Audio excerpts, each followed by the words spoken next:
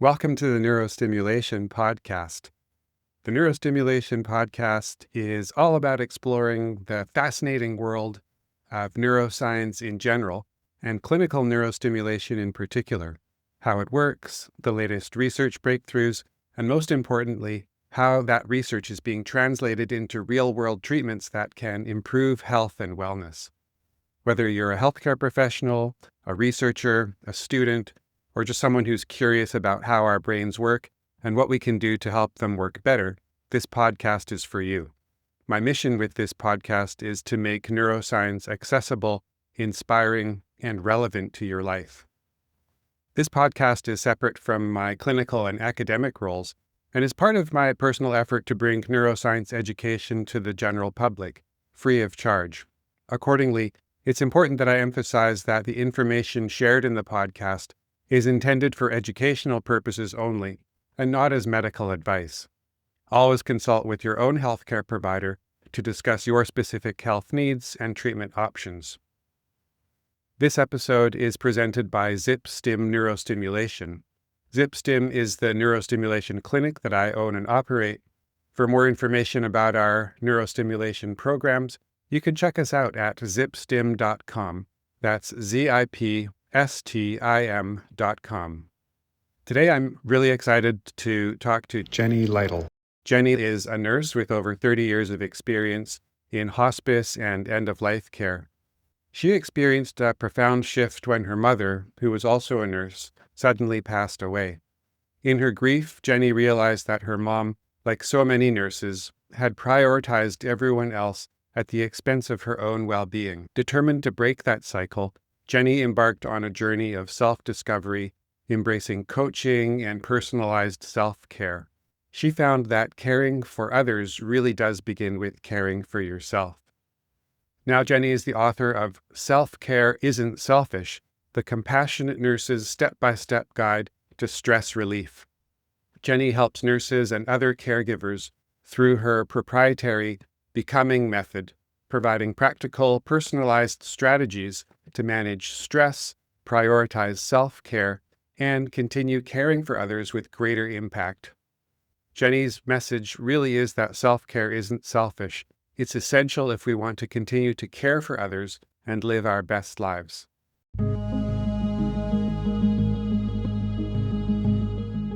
Welcome back to the Neurostimulation Podcast. Thanks again for joining us.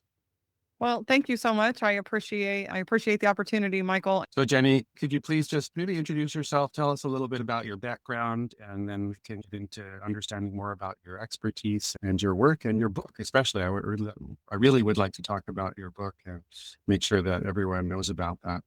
Sure. Thank you. So my name's Jenny, and I have been a nurse for 30 years. I'm a wife and a mom and getting ready to be 50. So that's exciting. My 40s have been my best, and I'm just assuming my 50s are going to be even better. So I'm looking forward to that. But yes, been a nurse for 30 years. Most of that, 19 years now, has been in hospice and end of life care. And so that's something that I fell into, didn't really anticipate being in that, but have loved it. I still work part-time in hospice care, but I found that it was very easy to neglect my own needs and my family's needs, and because I got a lot of fulfillment out of my work. And it's great when we do that because not everybody can say that. There's some people that work is just something they have to do. And I really did enjoy the work that I was doing, but it tipped in the other direction. And I really found myself a lot of my identity was tied up in my work. And I didn't realize that until later when I went through burnout myself, when I finally decided to leave. And then I realized, you know what? I don't know who I am. And that's actually how I start my book was who am I? And that led me on a journey to figuring things out. And then my mom passed away, and that was pretty sudden, and she was a caregiver who gave to everyone but herself. And so that just has made me really passionate about helping others see the importance of self-care and stress relief, and that it's not always what we think, and it doesn't have to be a full-time job. It doesn't mean you're selfish. It's the only way that you can continue to care for others and live your best life. Yeah, no, thanks for explaining that. It really resonates. I think all caregivers would really resonate with that story for sure, especially after, I think many caregivers, I expect maybe most, would potentially start out on a career very excited and idealistic and feeling as though I think a lot of caregivers end up devoting themselves in that sense to wanting to help others and feel as though just part of the job involves a degree of sacrifice. But then how do you balance that with not becoming burnt out is really the key, is you're forced to learn over time. Are there particular lessons along those lines that that kind of experience has taught you about how people are best able to balance these things as they caregivers as well as others? I think to an extent, everyone as social creatures, we're all involved with caring for others just in our day-to-day social relationships with others, but particularly healthcare providers when we talk about caregivers. Are there specific lessons that experience has taught you that you try to share with others so that they perhaps can learn from your experiences in order to perhaps avoid the risk of burnout, as you say? Yeah, and I do agree that we are social. We all have that bit of wiring for caring for others and helping other people. But people who truly are the caregiver types, whether it's professionally or that's just part of who you are, then it kicks it up a notch for sure. And with that, you feel like, okay, I don't have time to take care of me. I'm too busy taking care of them. Or that's really what fulfills me is doing that. And there definitely is that component of it for sure. Mhm. But when we give and give, and we don't take that time to reflect, when we don't take that time to fill our own cup, then that's when it gets dangerous because we can only give so much before we become depleted. And like you were talking about, and the people who do that over and over, it's like when you get on an airplane. I just went on a trip, and whenever they do the oxygen mask talk, I'm like, that right there, because it's so counterintuitive to Mhm. when there's people who need you. You hear them talk about the oxygen mask on a plane, and if you're with small children or somebody that needs help, put your own oxygen mask on first. And it's like, of course, I'm not going to do that. These people, they can't do it themselves. But when you really look at that, it's because we have to take care of ourselves or we can't continue to care for others. Yeah. And so I think that a lot of it is taking the things that maybe we've been taught from different generations, and men do it too, but women especially have been caregivers, and you take care of everybody else. You neglect your own needs so that you can help other people. And really thinking about what would happen if I wasn't here. I recently was talking to a fellow nurse, and she said, I don't have time for self-care. And she's somebody she's raising her grandkids, and she's got a lot of things going on. Yeah. And that's all the more reason why you really need to take care of yourself, because you do have people counting on you. And so it's those little subtle shifts, I think, that really can make a difference. And sometimes we wear this busyness and the fact that we're always giving and serving others, we can wear that as a badge of honor. And I think that's something that's starting to turn around a little bit as people realize in the mental health realm and all of that, we've got to take care of our own needs too. And it doesn't have to be something that means you're excluding everybody else. I'm not a proponent of being selfish. I believe that we can care for others better when we do care for ourselves. Yeah. Yeah, I know that makes a lot of sense. I think I really like that idea about the oxygen mask on a flight because it is counterintuitive. I Mhm. agree. I think I had that initial reaction when I started flying. I thought, yeah, that seems strange, but it does.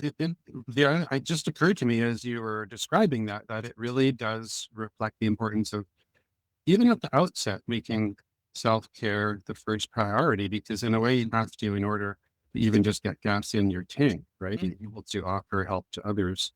And it also reminds me of something that was really profoundly impactful in terms of figuring out parenting, right? It's of course you think parenting is in a way the ultimate caregiving role, and you want to do everything you can to try to be the best parent that you can, and out of this sort of really profound love for the child, right? On the other hand, that message that one of the best things that you can give to your child is for them to see you happy and to see Mhm. you caring for yourself as a way of modeling the importance of that. And in a way, that was a really profound. permission to say, okay, as much as is possible, especially with a really young kid Right. when they're in need of that care all the time, but to just try as much as one can to fit self-care into the picture is so important in that role. Absolutely. And that's one of the things that I do say as well is that of course there are different levels of that and there are exceptions like you mentioned with an infant or if you're caring for someone that is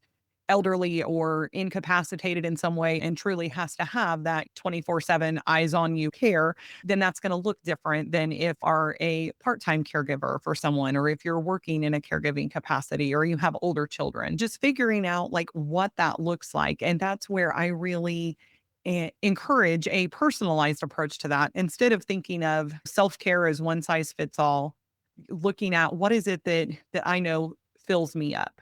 What are the things or the people that I know when I'm around them or when I do them that I feel better and I feel more relaxed, I feel less stressed. And how often are you doing those things?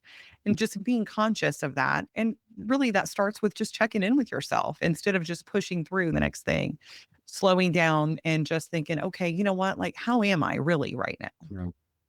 Yeah, that makes a lot of sense. It does because there is a tendency because it can be rewarding on the one hand, especially for folks who have that wiring to want to help others and perhaps obviously there is going to be some degree of self-sacrifice Mhm. necessary with the caregiving role. And in general, I think that's generally something that reflects maturity and it's adaptive. But when that becomes almost too much of a default, then people will have that tendency to neglect that voice inside that says, hey, I'm getting tired, or hey, I need a break, or what have you, right?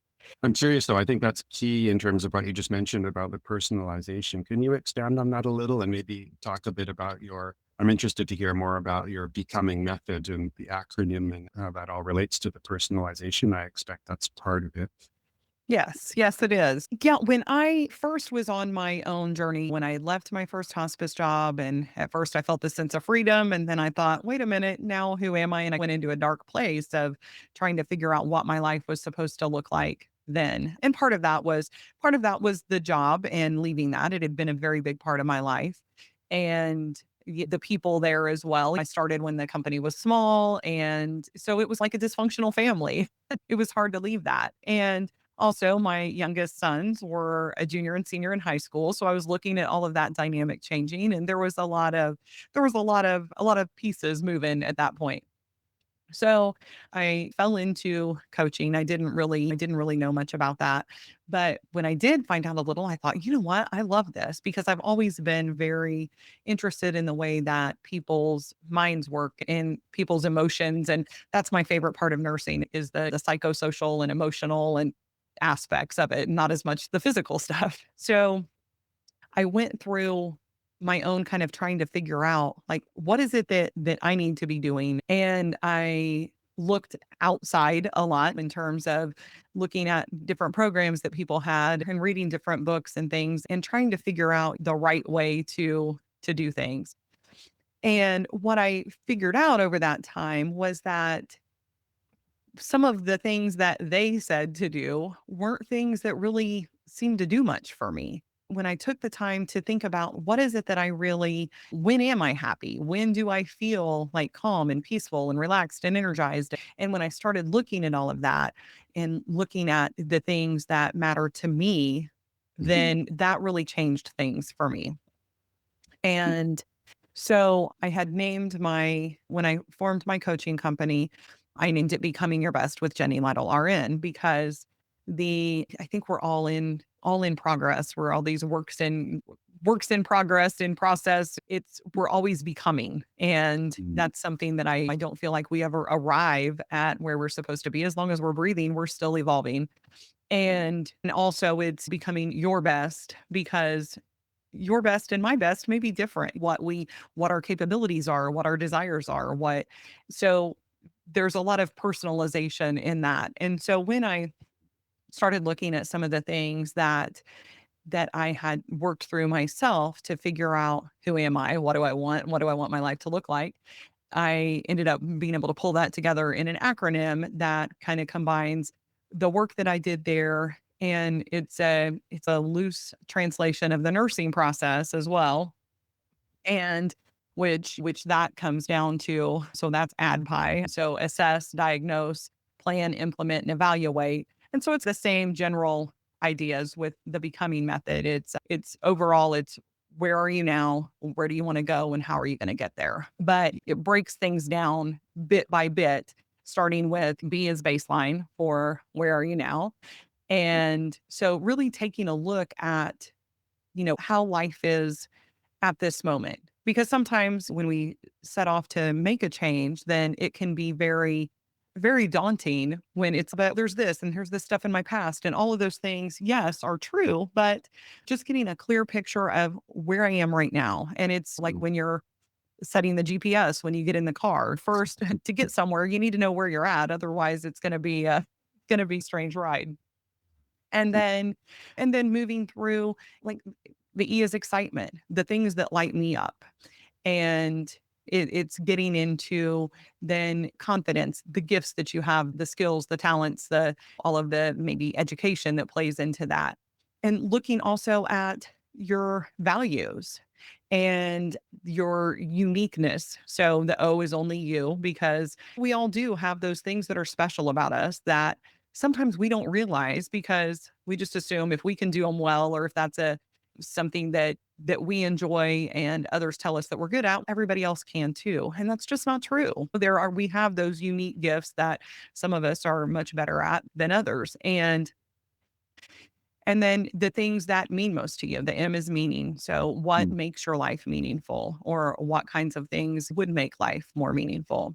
And then the I is intention. What does that look like? Setting your intention for what you want the rest of that to look like. N is needs. So pulling all of that together, what is it that you need to maybe look at doing differently, or things that you can pull in that kind of help with that. And then the G's go. It's a matter of Mm. doing that and then just coming back and reevaluating it, because it's not, again, with that whole becoming thing, it's not a one and done thing. We learn, we grow, life changes, seasons in our lives. We all have different needs and things that happen at that. So it's good to come back and revisit that. And I just had to do that myself recently. Oh, yeah, fantastic. Thanks so much for explaining that. I think that I love acronyms. I think it's very creative, and I think it sounds exactly like what would be very helpful. I know I could have used that many years ago, and I started to get into trouble with burnout and compassion fatigue myself at work.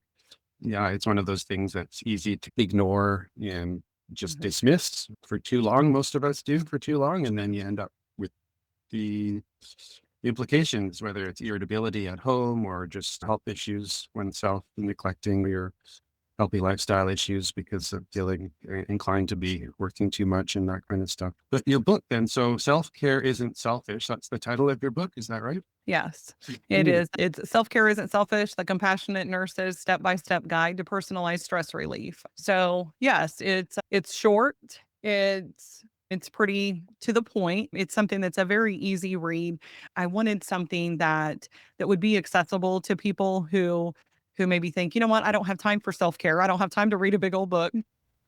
And it's written just the way I talk. There's nothing incredibly professional or profound. And that's what I say. It's a lot of the things that I'm a big proponent of, the things that I share and teach, we know a lot of it. And I know, me personally, there have been many times when I think, oh, I've heard that before. And then, well, yeah, I've heard it because it makes sense, but I've never actually done it. And so that knowing something and doing something are two very different things. And my book is my story, of course, and I go into that some, and then reasons why self-care and stress relief are important.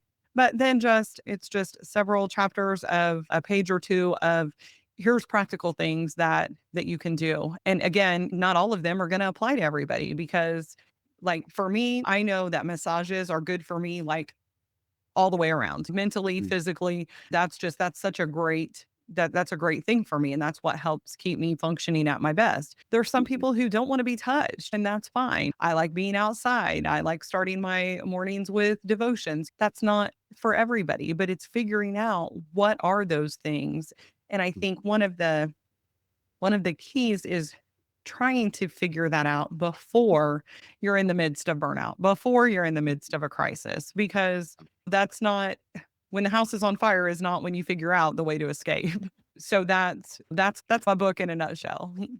Yeah, no, it sounds awesome. I think it's tricky because obviously and I can speak from experience, just thinking about how in a way it's seductive if you're wired a certain way. I think in terms of your temperament and your character, it can be seductive to want to pour from that empty cup, so to speak. As that Mhm. metaphor goes, and just feel as though, like you said earlier, it's part of many people's identity, right? So they feel inclined to lean into that to the point that Mhm. eventually it becomes unhealthy. I was really curious because it sounds like one of your key insights is this idea that neglecting self-care can actually become a selfish act, maybe because it gets to the point where someone is leaning into that, what feels comfortable initially. And so that in a selfish way that ends up being counterproductive. Is that kind of in keeping with what that insight is about, or could you clarify or correct me on that? Yes. So, yes, I think that it can be that way where we get so much satisfaction and gratification from what others are telling us. Because part of it is we have that just like we feel good when we do it. But if we're good at what we do, then a lot of times people are telling us that. And that was my, excuse me, that was my situation when I had first started in hospice, where at the time, we had, my husband and I, we had 6 kids at home. Kids don't often tell you how great you are, especially when they're boys and I've noticed. teenage.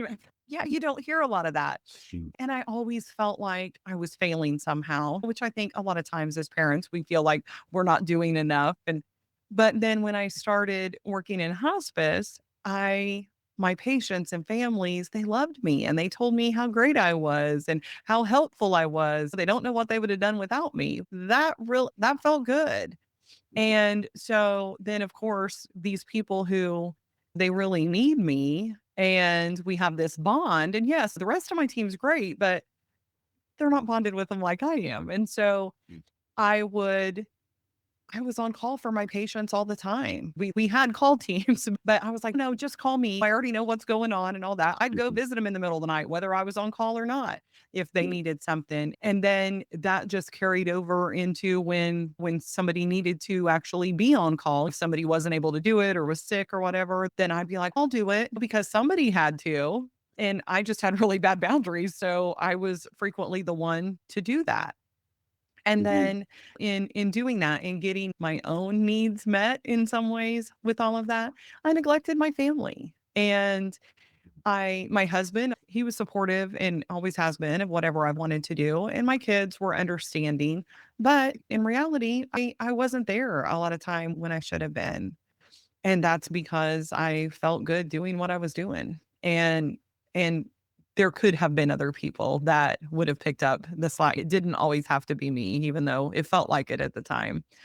And my mom, she was also a nurse and she had some health issues and she was on disability, so she hadn't been working for a while, but she was still very involved with trying to meet everybody's needs. And she would get on different Facebook groups and things like that where people would be like, "Oh, I need this for my kids." And my mom would be trying to match them up with people. And she did so much of that she didn't always have time for us when we wanted to do things, which I'm not that definitely went both ways. But she neglected her own needs so Mhm. much, her own health so much that I really believe that a lot of that is what contributed to her early death. She died at 61 of a ruptured brain aneurysm. And uh, thank you. I went through a lot of regular grieving, a lot of Mhm. anger and frustration and sadness. And it's just,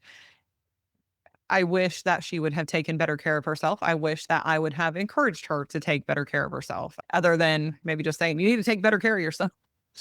But maybe a little more compassionately shared some of that because now I'm without my mom and my kids don't have their grandma. And so it's not a thing that just affects us in the Mhm. moment. Yeah.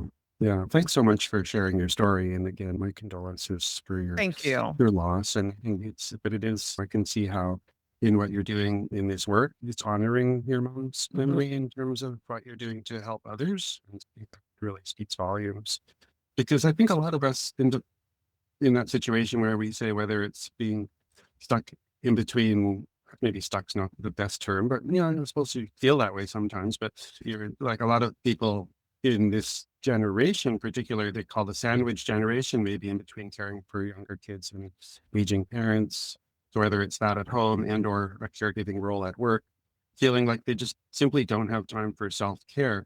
If someone comes back with that kind of retort, then what would you typically say to them? Does it just come back to this whole notion that if you bring that mentality that it's a non-starter and it's very likely to lead to burnout, or how would you approach it if someone just says, look, I don't have time for self-care, end of story?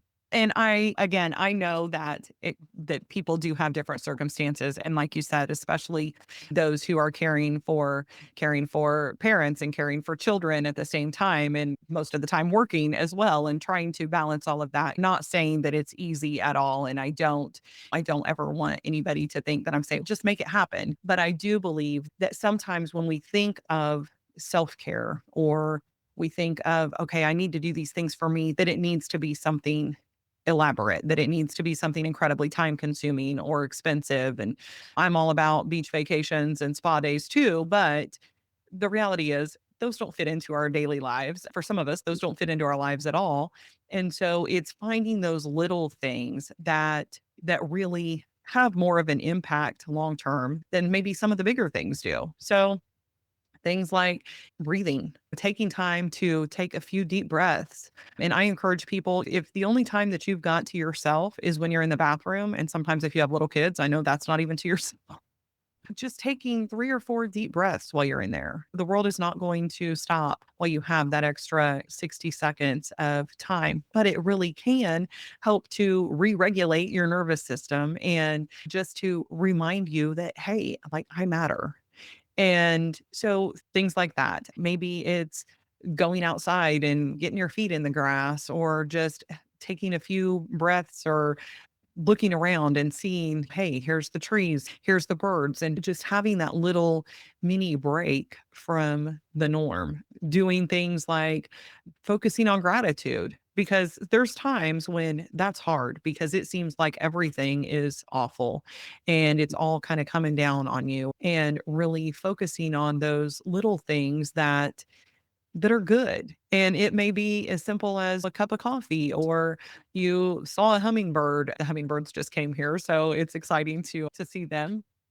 But maybe somebody paid you a compliment and noticed something that you did. But those little things like that can really have a big impact. And the people who push back on that, I just encourage them, just try it for a week or so and just see what that looks like. And then definitely if you're able to fit in sleep and really prioritize sleep. Of course, you know how important sleep is. That's when our bodies really rejuvenate and heal. And if there are ways to make sure that you're getting sleep, if there's people that maybe can help out a little bit with some of those times where you're able to get some good sleep and nutrition, making sure that you're eating and drinking water, getting some kind of exercise. It's all of those basic things that just adding them in little bits at a time and having grace with yourself too, because there's going to be days when maybe it all doesn't come together nice and neat. And all you can do is remember to, okay, you know what? I probably took a breath when I was in the bathroom and I don't know what else I fit in today, but just coming back to the things that do matter. And hopefully having some people in your corner too that, somebody that you can just talk to, be yourself with, share the struggles that you're going through and just knowing that you're not alone because Hmm. it can feel lonely. Ooh, for sure. Well, thanks so much. Those are fantastic tips on accessible ways of just breaking the cycle and just allowing some room for the importance of those, especially the gratitude piece. That's so important. And it came to mind that I wondered if maybe your experience in hospice care was part of what brought that insight, because I can imagine, and I've certainly learned a lot from patients that I've looked after who been facing end of life issues in terms of how they've come to be intentional about gratitude when obviously things are in general dark and there's a lot of anxiety, but what helps to counterbalance that or act as an antidote to the anxiety in particular is to really be intentional about gratitude. Hmm. Yes, it is. It's something that, of course, we're wired to focus on the negative to keep us safe. And when we look for those little things that are good, that are Mhm. going well in our lives, and even in the midst of lots of things not going well, then that reminds us there is still good out there. And I had a friend who she was a nurse as well, and actually she was one of the founders of my first hospice, and we became good friends and we traveled together and stuff. And she was wonderful. And she was diagnosed with cancer, and things progressed very quickly. And she her whole attitude through the whole thing was just amazing. She had a very strong faith as well, but she had a lot to live for. She had great friends and kids and grandkids and was very involved in all of that. And but she died with so much like love and grace and peace that it was very inspiring to see that. And there was never any why me? There wasn't really any anger to it. It was exceptional the way that it all went. And I don't know that I would be that strong, but it was beautiful. And I think that made it easier for those of us who loved her because we were able to she was so at peace with it. It was hard to fight it. If she's okay with it, then and there wasn't anything that she could have really done to change it. But it was something just to see that and the power of gratitude and mindset, and what a difference that can make. Yeah, for sure. I think it's there are psychological components, but spiritual as well. And Mm. it's understandable that you're using terms like grace and faith. And I'm curious that how have you found that faith or spirituality, regardless of one's worldview or religious background? But I'm just curious about how let's use the term spirituality. Is it something, to what extent has that been something that you've found for yourself and for folks that you've worked with and you've coached to really, to help them to promote or recognize the importance of self-care and to put that recognition into action for themselves? Yeah, so I that's interesting. The way that you asked that, that's interesting. And I'm a Jesus follower. That's who I am, who I've been for really since I was young and then straight away for a while. But that's something that gives me a lot of peace and comfort and guidance, I feel. And I know that not everybody agrees with that I don't share the same views with everybody. And that's okay. I feel like that's one of my big goals is that I want people to know that, like, regardless of what they believe, I love and respect them, and you don't have to agree with me to be one of my people. Right. And so for me, it's just I know that when I start trying to do too much on my own, and really when I don't really stay connected to my faith on a regular basis, when I start getting I don't really know exactly how to say it, but, Yeah. like, I know that, of a morning when I start my time with God, when I start my time with devotions, my day goes better. Mhm. But life happens, it gets busy, and there's times when I go away from that and when I just feel more unsettled. Yeah. And so I know that's something that's important to me. And for others, it may be a different particular faith or organized religion type thing, or it may be more of an outside being in nature kind of thing. But it's figuring out those things that really do fill you up and that make you better, that you feel more connected. And those are the Mhm. things that I think we need to lean into. And Mm. a lot of that is an intuition type thing. And actually I just wrote this week about intuition and following our gut because I was looking at maybe a different hospice role, and it was with a different company, and there were a lot of things that were exciting about it, and it sounded like a good opportunity, but I just didn't have peace about it. And that's a big thing to me is there's times when I feel like God lets me know things very specifically. And there's other times Mhm. when it's just that sense of, okay, when everything's good, like okay, I don't know, but it's all going to work out. And I just feel good about it. With this, I just didn't, I couldn't get that. And so I turned down the position and I said, look, this just isn't something that I can do. And I think it's great. I hope you guys find the perfect candidate, but it's not me. And so I think learning to tune into that a little bit more is helpful, and just to Mhm. trust that when you feel it, even when it doesn't always make sense to Yeah. others. Yeah, yeah, yeah, no, no, yeah, thanks for explaining that, and I Mhm. guess it's interesting as I even just reflect on how I asked the question and your answer, because I share your Christian faith, and I think part of what I'm challenged with here in the hesitation that I had with the question and at work for sure, and particularly Vancouver, which is known to be hyper secular. And even though I work at historically a Catholic healthcare institution, it's still something that you're not really supposed to use, or it's certainly something that's typically not comfortable to bring up at work, as far as like they talk about the importances of the biopsychosocial spiritual model Mm. of healthcare and mental health care, I suppose, in particular.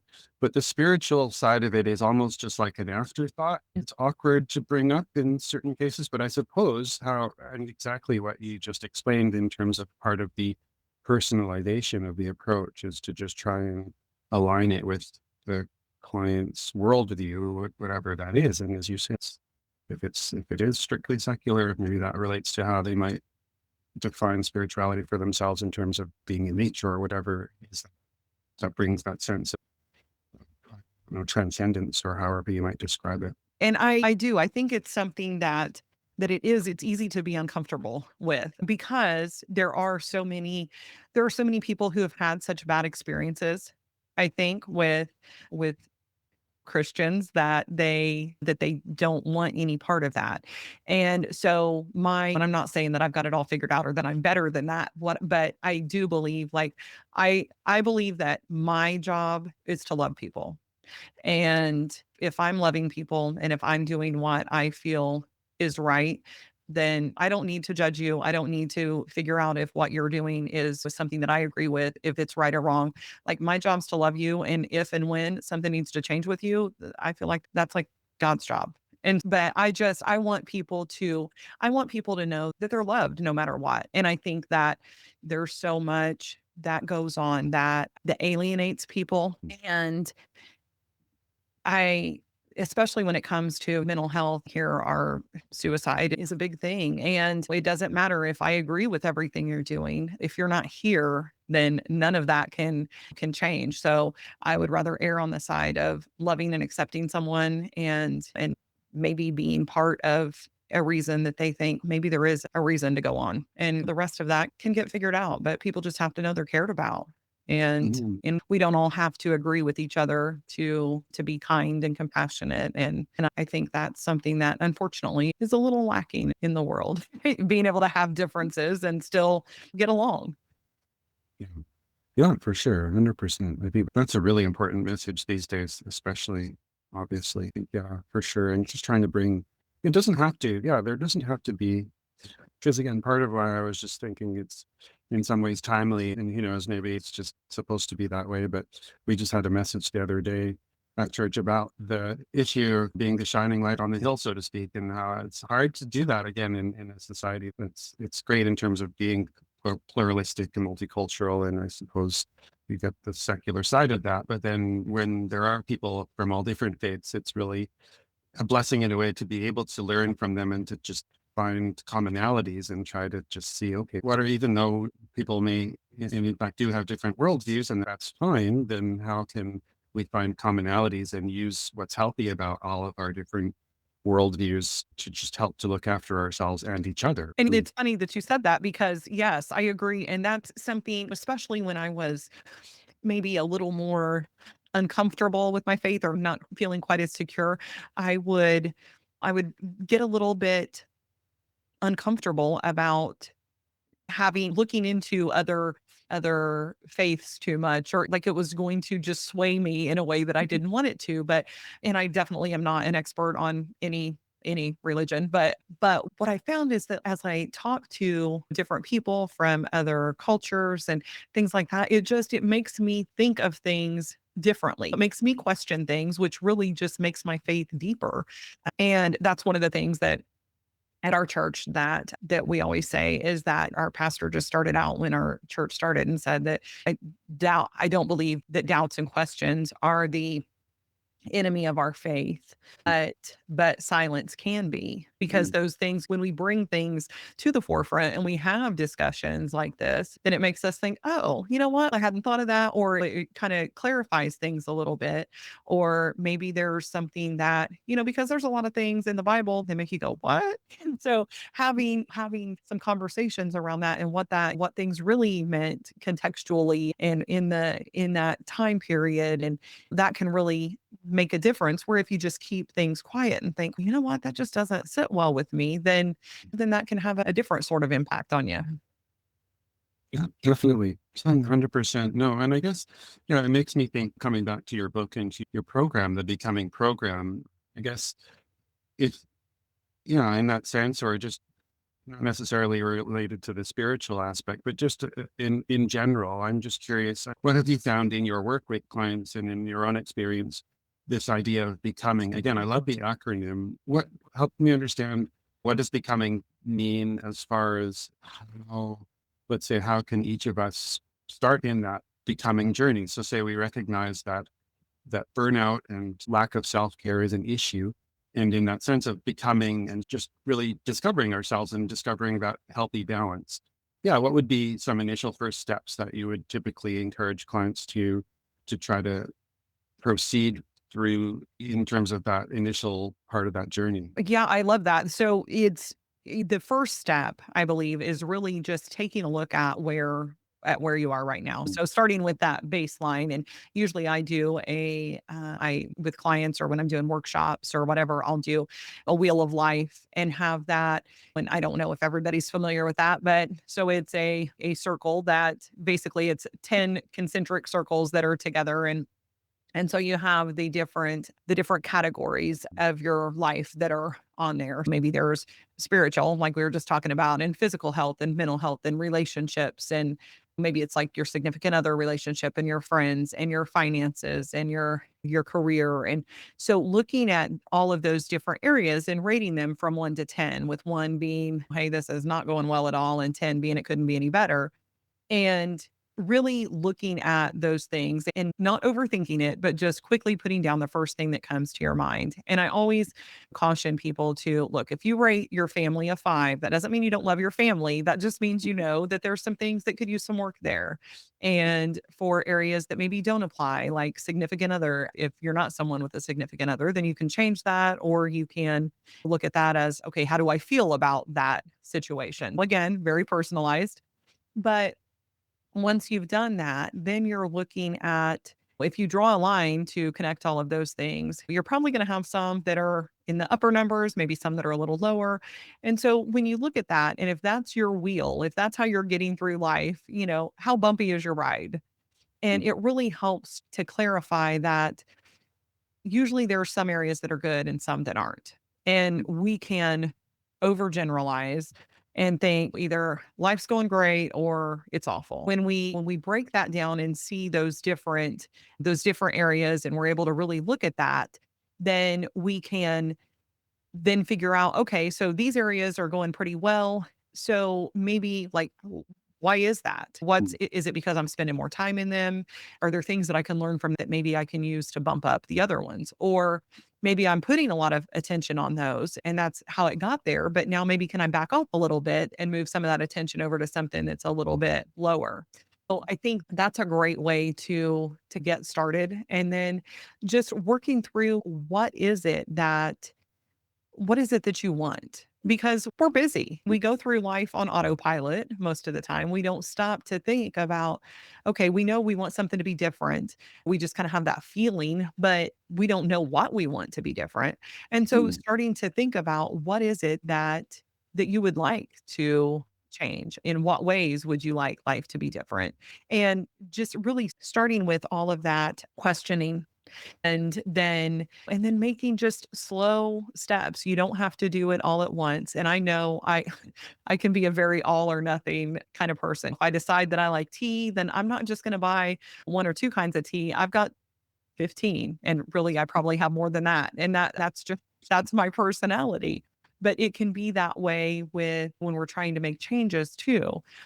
And sometimes that gives you a jump start, but really most of the time that kind of means you go, "Okay, I can't do all of this stuff," and then you stop. So just realizing that little incremental progress is still progress, and just getting really clear on the things that maybe one thing or two things that you'd like to change. And then once you get that kind of where you're like, "Okay, this is feeling a little more comfortable now," then revisit it and know that it doesn't all have to be done right now. Mhm. Yeah, for sure. I love the metaphor again of like you said just now and at the beginning, the GPS or the map, the concept of the map in terms of identifying where you are now and sketching that out, and then identifying the goal is super important, and then figuring out the path with that Mhm. again. Mhm. Definitely. That's great.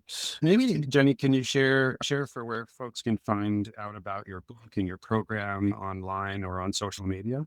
Yes, yes. So really the easiest way is to go to jennylytle.com, and that's JennyLytle.com. And with that, they can access a free digital copy of my book. It is also available on Amazon in Audible and a large print hardcover and paperback and Kindle, but there is a free download that's available there on my website. And there's also some other free resources, including the book bonuses, that because there's extensive book bonuses that come with that as well, and some blog posts and different ways to work with me. And then I also have just a quick podcast that I do usually weekly. That's just usually it's something that's going on in my life or that I've worked with a client on. And so they're like under 10 minutes each, and just quick little actionable ways to fit in self-care.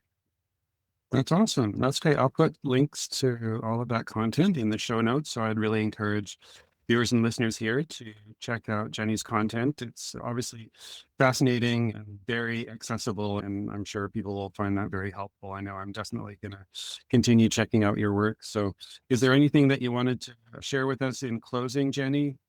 First of all, just thank you so much for this opportunity, and it's something that I feel so strongly about. And I know that most of us that are doing some sort of work in the interpersonal caregiver realm, then we really just need to remember that we're worth it. It can't be all about everybody else. Taking some time for ourselves is something that's not only okay. It's not selfish, but it is essential. It's the only way that we can continue to show up for the people that we are caring for. And start small. It doesn't have to be anything big. Just start with a few breaths. Start with maybe going for a walk, maybe asking yourself, what is it that I need most right now, and going from there. And definitely, if it's something where you're like, you know what, I really don't know where to start, go on my website, book a free call with me. I'm happy to chat with you.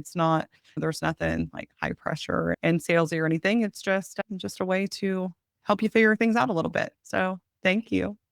That's great. Yeah, thank you. That's fantastic. Okay. Yeah, appreciate your expertise and your time. It's been a really delightful conversation, and just wish you all the best. And it'll be great to keep in touch. Yes, thank you so much. I appreciate it. Okay. All the best. Take care. Bye bye now. Thanks. Bye. Thanks again for joining me today on the Neurostimulation Podcast. I hope that you enjoyed this discussion as much as I did. If you found today's episode interesting, don't forget to like and subscribe to the podcast. It's the best way to make sure that you never miss an episode, and it also is the best way to help us to reach more interested and curious minds like yours. If you think that this episode in particular might resonate with a friend, a family member, or a colleague, please share it with them. Knowledge is better when it's shared, and you never know who might find this information helpful or inspiring. For more information about Jenny's work, please check out the links in the show notes. And don't hesitate to put comments or questions in the comment section below. Your questions, ideas, and feedback make this podcast better. Finally, don't forget to tune into the next episode. It's going to be another exciting journey into the cutting edge of neuroscience, general health, and wellness. Thanks again for listening. Take care, stay curious, and I'll see you next time on the Neurostimulation Podcast.